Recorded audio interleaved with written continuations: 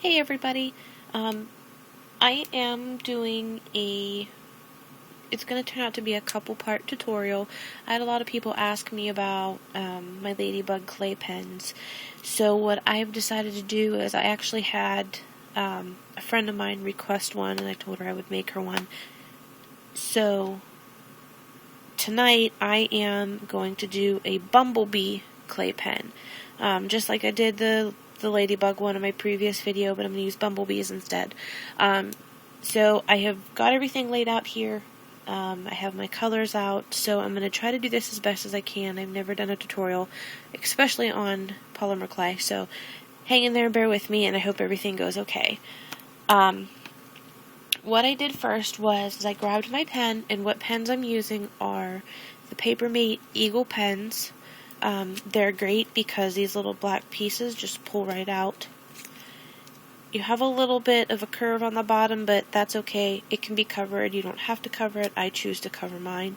They also come out in and out pretty easily. I have baked one of these for 15 minutes so far, I think was the longest, and I never had any melting or anything like that. So I have one of those already in here, and I wanted the dark purple that I have, which is Sculpey 3, and it is color number 513 purple. And I like this color, but I think I got a crappy batch of it because it turned out to be really hard, so I really had to work with this a whole lot. So that's why I went ahead and did this. I rolled it out. I don't have a pasta maker or a pasta press or anything like that, so I just used this rolling pin that I had, and I rolled it out flat, cut it down with my X-Acto knife, and put it here. So at this point, what I'm going to do is smooth it out as best as I can, and I know this is going to be a pain in the butt because this clay, it had to have been old, it had to have been, I don't know if it was found or in inventory or something and then just stuck on the shelf, but I got a crappy block of it. So you want to leave both ends open, so once I get this rolled out smoothly here, which hopefully is sooner than later, and this one end wants to pucker on me. And it's all because this clay is really hard. Crap. Okay, there we go. Got it. So we're going to roll it out as best as we can. This, I know, whenever I do the vine on it, I know I'm going to be covering up some marks, because there are going to be some marks that I'm not going to be able to get rid of. That and my desk is just covered in numerous amounts of clay from doing so many clay pens and other things the last couple of days. So, I'm just trying to roll out this one last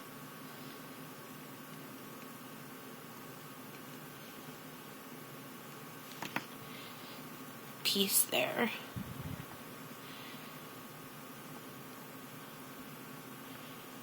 Alright, so that's that. This is the end that is open that our pen is going to go in. So what we're going to do is trim the end of that off. Just like that. You want to make sure that there's no clay stuck down inside of there. That'll bake hard and you won't be able to get your pen refill back in there. Alright, so there we go. So that's done. And then on the other side, this is where the cap end is, so we want to cover that up. So I'm going to fold that over, cut some of this extra off, and then fold it in. And I'm leaving this end exposed, so I want to try to make this as neat as possible, but I also want to leave it rounded on the top a little bit. There we go. Okay, so now the base of the pen is done. Get all this purple away. And next we're going to move on to the flowers. I use a Sculpey mold.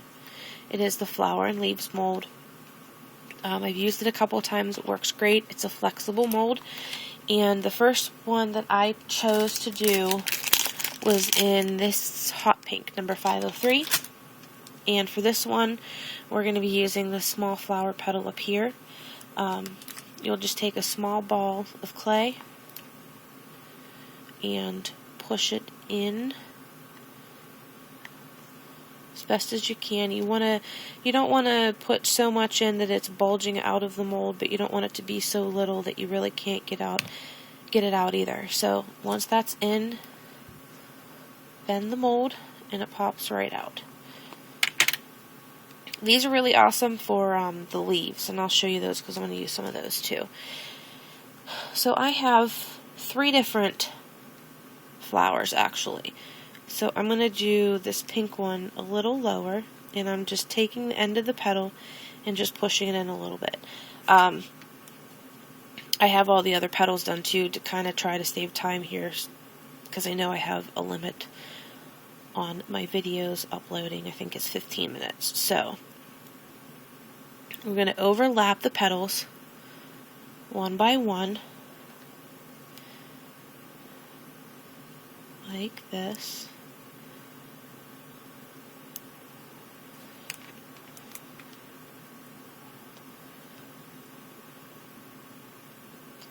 Oops, sorry, I'm off frame there.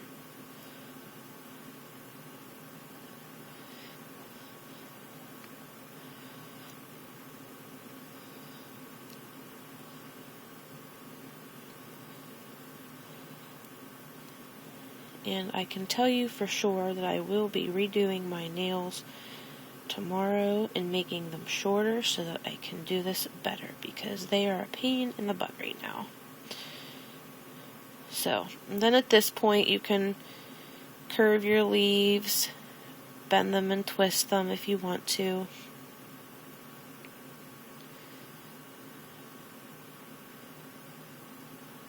Or your petals, I'm sorry. Bend the petals. I'm not going to do too much with mine right now, only because I'm going to add some more flowers. The next one that I'm going to use is this textured petal right here. I like the imprint that it leaves, so I'm going to do the same thing there again with this one. This time I am using, I believe it's called Frost White Glitter. It's the white clay with the iridescent glitter in it. And it leaves a pattern on the leaf, which I think is really pretty. So I'm going to do that one up here on the top a little bit further. Okay.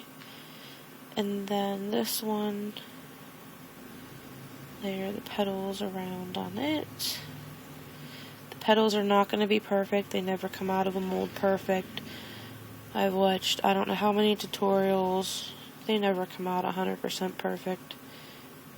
I always end up finding that mine, so far, especially with the ones with the impressions on it like this and the leaves, that unless the clay is a little harder, it's gonna stick in there a little bit unless you coat it. And I've seen people coat it with a couple different things like baby powder and stuff like that. I think baking powder or baking soda might have been another one, but I'm not that worried about it. Okay, and then there's that one, and these ones I'm kind of curving the leaves inward a little bit. There we go. Oops, that one's too much. Okay. Alright, and then I chose one more tiny flower, just to put something a little bit at the bottom. And this one, I chose to do this little teeny tiny petal there. It's just a basic petal. There's no imprints or anything like that in there. There again, just push it in, pop it out. Sorry about that. And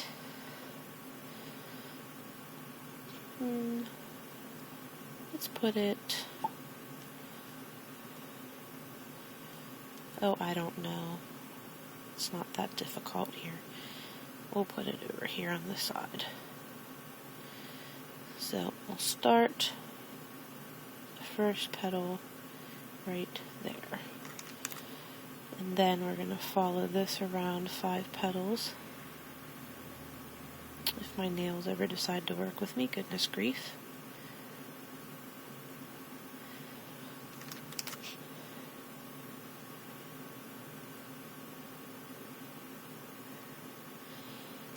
And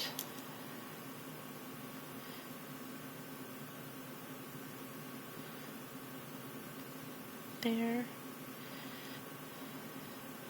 And one more.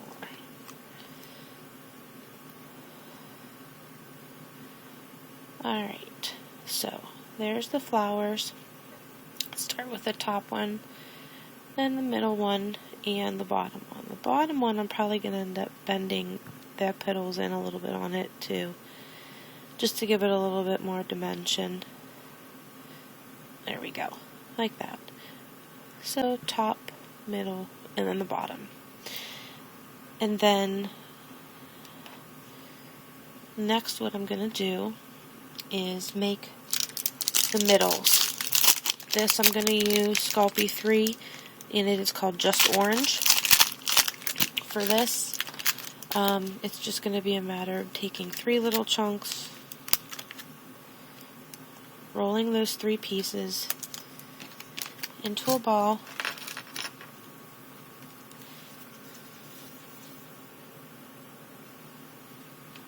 there's one,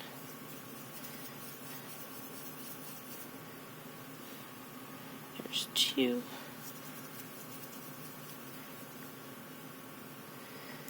and there's 3. And this one actually ended up being the smallest one. Well, I should actually say medium. That first one turned out pretty small.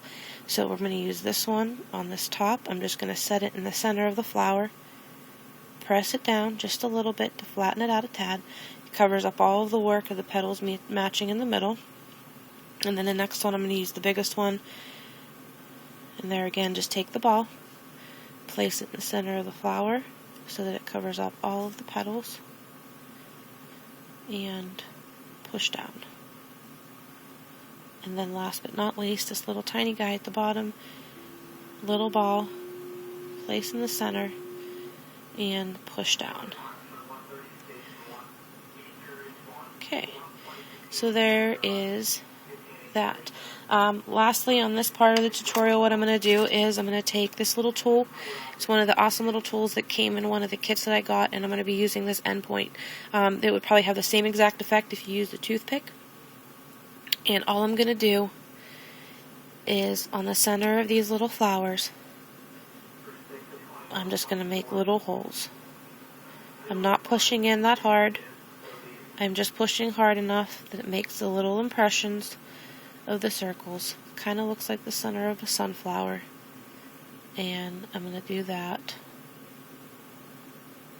on the rest of them. And last and certainly not least,